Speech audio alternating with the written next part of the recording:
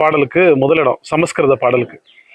மேற்கு வங்காளத்துல வெஸ்ட் பெங்கால்ல இப்போ ஒரு 4-5 நாளைக்கு முன்னாடி ஆட்சி பொறுப்பு ஏற்றுச்சு பிஜேபி. அதுல கூட இந்த பாடல் ஒலிக்கல.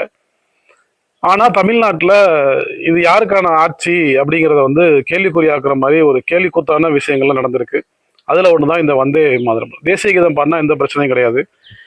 சம்பந்தமே இல்லாத இந்த வந்தே மாதரம் பாடலை வந்து முதல்ல ரசிச்சிருக்காங்க. அதே மாதிரி பதவியேற்பு விழா முடிஞ்சதுக்கு அப்புறமும் இந்த தேசிய கீதமும் வந்தே மாதர பாடலும் ஒழிச்சிருக்கு. அங்க வந்து தமிழ் தாய் வாழ்த்துக்கு இடமில்லை. இப்பதான் நம்ம திமுகவை மிஸ் பண்றோம். ஏன்னா கடந்த 3 வருஷமா ஆளுநருக்கும் திமுகவுக்கும் என்ன பிரச்சனை அடிப்படையிலேன்னா, சட்டமன்றத்துல ஆளுநர் உரை நிறைவேற்றும் பொழுது, ஆளுநர் உரையாற்ற வரும் பொழுது, ஆளுநருடைய கண்டிஷன் வந்து தேசிய கீதம் தான் முதல்ல பாடணும், 2வதா தான் தமிழ் தாய் வாழ்த்து பாடணும் அப்படின்னு சொல்லி தான் பிரச்சனையே ஆரம்பிச்சிச்சு.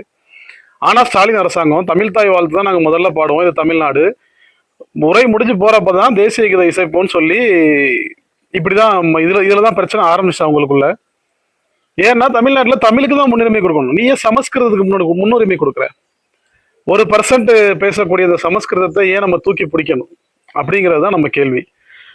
அதையெல்லாம் இங்க நிறைவேற்றும் போது ஓகே, இது பாஜக குட்டி தான் போல, மணி கட்டி விட்டுருக்கானுங்க அப்படின்ற மாதிரி நமக்கு யோசிக்க தோணுது. இந்த பாட்டு பாடுறது, தேசிய கீதை இசைக்கிறதெல்லாம் ஒரு பிரச்சனையா? இதை